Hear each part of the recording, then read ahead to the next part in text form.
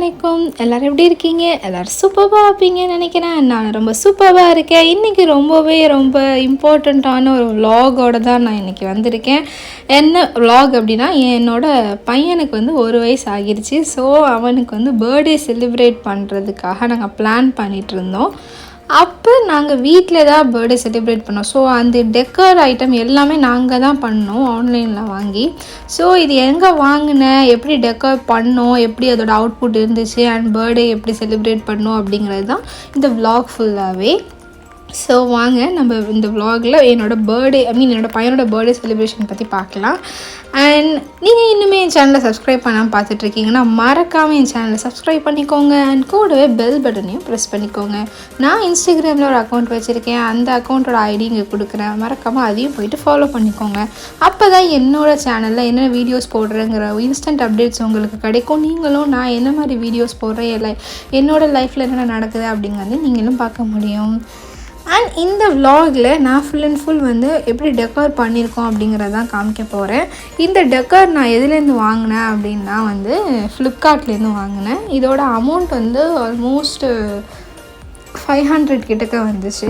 So இது ஒரு best option. இதில் வந்து இந்த பலூன்ஸ் எல்லாமே வந்துடுது. ப்ளஸ் அந்த ஆர்ச் டேப், அதாவது நம்ம இந்த பலூன் கட்டிகிட்டு இருந்தோம் பார்த்தீங்களா, அந்த ஆர்ச் டேப்பும் வந்துடுது. ஸோ நம்ம அதில் பலூனை இன்சர்ட் பண்ணிட்டோம்னா நம்ம ஈஸியாக ஒரு ரவுண்ட் ஷேப்போ இல்லை நீங்கள் எந்த ஷேப்பில் வைக்கணும்னு நினைக்கிறீங்களோ, அந்த ஆர்ச் க்ரியேட் பண்ணணும்னு நினைக்கிறீங்களோ அதை பண்ணிக்கலாம். அதுக்காக தான் அந்த ஆர்ச் டேப்பு. ஸோ நாங்கள் ஃபுல்லாக இதில் பலூன் எல்லாத்தையுமே நாங்கள் மிக்ஸ் மேட்ச் பண்ணி நாங்கள் வந்து இதில் போட்டுட்டோம். அண்ட் இந்த ரவுண்ட் ஹூப்புமே வந்துட்டு நான் வந்து மீஷோவில் வாங்கினேன்னு நினைக்கிறேன். மீஷோ வந்து ஒரு நல்ல சாய்ஸ் இந்த மாதிரி ஐட்டமுக்கு. செம்ம கம்மி ரேட்டு. நான் டெக்கர் எவ்வளோக்கு வாங்கினோம் அதே ரேட்டுக்கு நான் அந்த ரவுண்ட் ஆர்ச்சையுமே வாங்கிட்டேன். அண்ட் ஃபைனலாக அந்த ரவுண்ட் ஆர்ச்சில் நாங்கள் பலூன் எல்லாத்தையுமே ப்ளேஸ் பண்ணிட்டோம். சூப்பராக இருக்குல்ல? ஆனால் எங்களாலே நம்ப முடியல, நாங்கள் தான் இதெல்லாம் பண்ணோமா அப்படின்னு சொல்லிட்டு. இதுக்கெல்லாம் வந்து டெக்கருக்கு வெளிலேருந்து ஆள் கூப்பிடுவாங்க இல்லையா, பட் நாங்களே பண்ணிட்டோம். அதில் இந்த ஹாப்பி பர்த்டே இந்த எல்லாமே வந்துட்டு இது கூடயே வந்துருச்சு எங்களுக்கு. ஸோ நான் அதுதான் வந்து ஃபிக்ஸ் பண்ணிக்கிட்டு இருக்கேன். இது கரெக்டாக வச்சு ஃபிக்ஸ் பண்ணுவோம் இல்லையா, இல்லைனா ஒரு மாதிரி வந்து பின்னியமாக ஆகிடும் அப்படின்னு சொல்லிட்டு நான் ஈவனாக தரையில் வச்சு ஃபிக்ஸ் பண்ணிகிட்ருக்கேன். எப்பயுமே இந்த ரிப்பனில் கட்டுற அந்த ஹாப்பி பர்த்டே வந்து ஃபஸ்ட்டு நீங்கள் ப்ளேஸ் பண்ணி வச்சுக்கிட்டு அதுக்கப்புறமா போட்டிங்கன்னா உங்களுக்கு ரொம்பவே ஈஸியாக இருக்கும். ஸோ இந்த டெக்கர் வந்து நாங்கள் வந்து நைட்டு வந்து ஒரு 12 o'clock கிட்ட ஸ்டார்ட் பண்ணி நைட்டு 3 மணி ஆயிடுச்சு எங்களுக்கு. அவ்வளோ நேரம் எடுத்துச்சு. பட் நாங்கள் 3 பேர் பண்ணோம். என்னோட மாமி ப்ளஸ் என்னோட நாத்தனார் 2 பேருமே சேர்ந்து 3 பேரை சேர்ந்து தான் பண்ணிகிட்டு இருந்தோம். ஆனால் வந்து ஃபைனல் அவுட்புட் பார்க்கும்போது நாங்கள் இவ்வளோ நேரம் பண்ணோம் அப்படிங்கிறது எங்களுக்கு மறந்துச்சு. பிகாஸ் ஃபைனல் அவுட்புட் வந்து அவ்வளோ சூப்பராக இருந்துச்சு. ஒரு லைட் செட்டிங்கும் இது கூட கொடுத்துருந்தாங்க. ஸோ இது எல்லாமே போட்டு முடித்து பார்த்தோம் அப்படின்னா இதுதான் நம்மளோட டெக்கர். அந்த சைடில் 1ன்னு இருக்குது பார்த்தீங்களா, அந்த பாக்ஸ் அதுவும் நான் வந்து 350 rupees சம்திங்க்கு தான் நான் வந்து மீஷோவில் வாங்கினேன். அதுவுமே ஒரு வர்த் பர்ச்சேஸ்ன்னு தான் நான் சொல்லுவேன். மீஷோவில் இந்த மாதிரி டெக்கர் ஐட்டம்ஸ் இந்த மாதிரி வாங்குறது ரொம்பவே ஒரு நல்ல ஐடியா என்னை பொறுத்த வரைக்கும். ஃபைனல் லுக் இப்படி தான் இருந்துச்சு. என் சன்னுக்கு வந்துட்டு கோல்டன் பேக் க்ரஸ்ட் அப்படின்னு சொல்லிட்டு ஒரு இன்ஸ்டாகிராம் பேஜ்லேருந்து நாங்கள் வந்து கேக் ஆர்டர் பண்ணியிருந்தோம். சூப்பராக பண்ணி கொடுத்துருந்தாங்க. இந்த கேக்கோட டிசைன் அதில் ஆட் பண்ணியிருக்கேன். ஃபைனலாக கேக் கட்டிங் எல்லாமே முடிஞ்சிருந்துச்சு. அண்ட் என் ஹஸ்பண்ட் இதுக்காக அவங்க வந்து அப்ராட்லேருந்து வந்திருந்தாங்க ஃபஸ்ட் பர்த்டே செலிப்ரேட் பண்ணுறதுக்காக. ரொம்பவே எல்லா பிள்ளையுமே ஃபஸ்ட் பர்த்டே அப்போ என்ன தான் பண்ணணும்னு தெரியல, காலையிலேருந்து ஆக்டிவாக இருக்காங்க. அந்த டைமில் கரெக்டாக அழுக ஆரம்பிச்சிடுறாங்க, எப்படின்னே தெரியல. என் குழந்தை ஹாப்பியாக இருந்துச்சோ இல்லையோ, சுற்றி இருக்கிற எல்லா குழந்தையும் ஹாப்பியாக இருந்துச்சு. எப்படா கேக் வெட்டுவாங்க, எப்படா கிஃப்ட்டு பிரிப்பாங்க, எப்படா நமக்கு தருவாங்க அப்படின்னு சொல்லிட்டு எல்லா குழந்தைங்களுமே ரொம்ப எக்ஸைட்டடாக இருந்த மாதிரி இருந்துச்சு. அண்ட் பர்த்டே நல்லபடியாக முடிஞ்சிச்சு. மறுநாள் காலைல பார்த்தா வீட்டுக்கு பின்னாடி ஒரே மயில் நிறைய நின்றுட்டு இருந்துச்சு. எங்கள் வீட்டுக்கு பின்னாடி அதிகமாக மயில் இருக்கும் எப்பயுமே. ஆனால் நிறைய டைம் பார்க்க முடியாது, ரொம்ப ஏர்லி மார்னிங் தான் வரும்னு சொல்லுவாங்க. ஆனால் ஒரு 10 மணி ஆகிடுச்சு அன்னைக்கு. அப்போ கூட எல்லாமே எவ்வளோ பாருங்களேன், நான் எவ்வளோ கிட்டக்க நிற்கிறேன், அது பயப்படாமல் சாப்பிட்டுட்ருக்கு. எப்பயுமே எங்கள் வீட்டில் சாப்பாடு வைக்கிறது வழக்கம் மயிலுக்கு. மயில் அங்கே என்னென்ன நான் இப்போ சின்ன சின்ன உயிரினங்கள்லாம் இருக்குல்ல அதுக்கெல்லாம் வைப்பாங்க.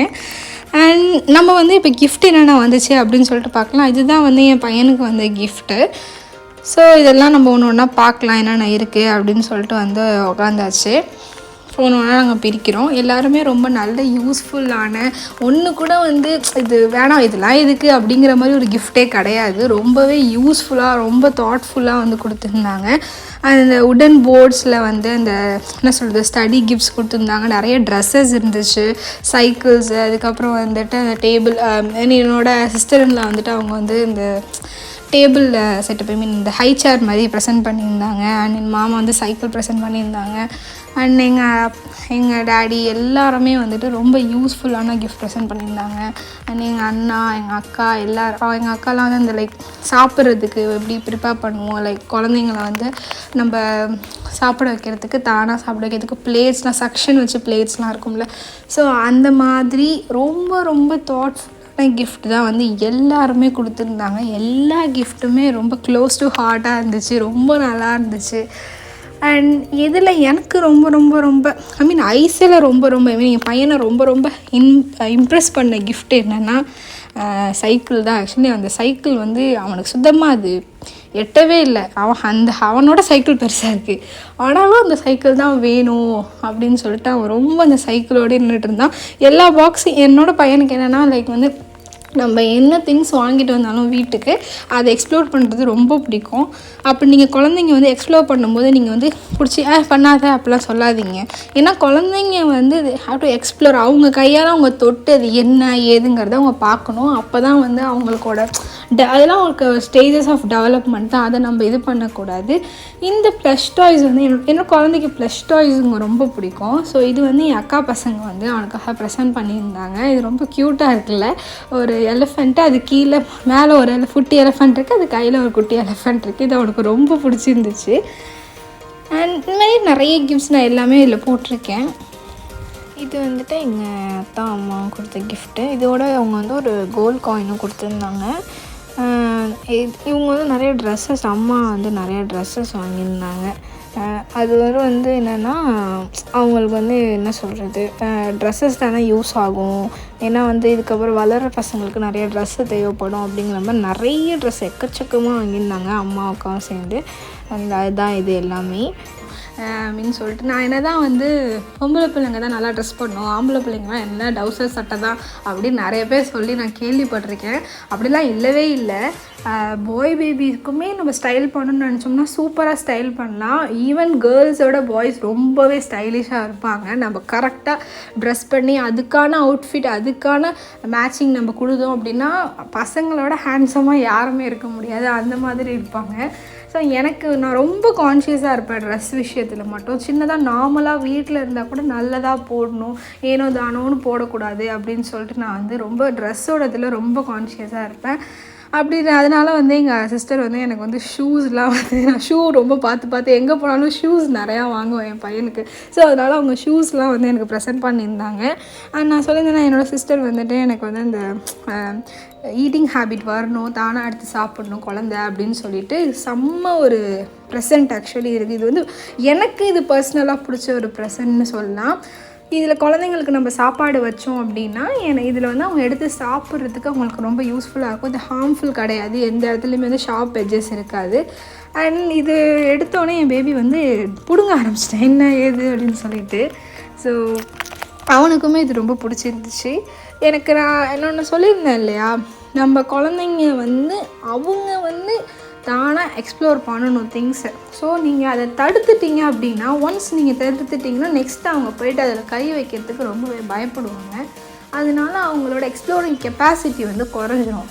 இதனால் இது அப்படியே கொஞ்சமாக இன்க்ரீஸ் ஆகி அவங்க ரொம்ப வந்து ஒரு மாதிரி லோன்லியாக இன்ட்ரோவர்ட்டாக யார்கிட்டையும் போய் வந்துட்டு அவங்க மெர்ஜ் ஆகாமல் இருக்கிறதுக்கு நிறைய சான்சஸ் இருக்குது.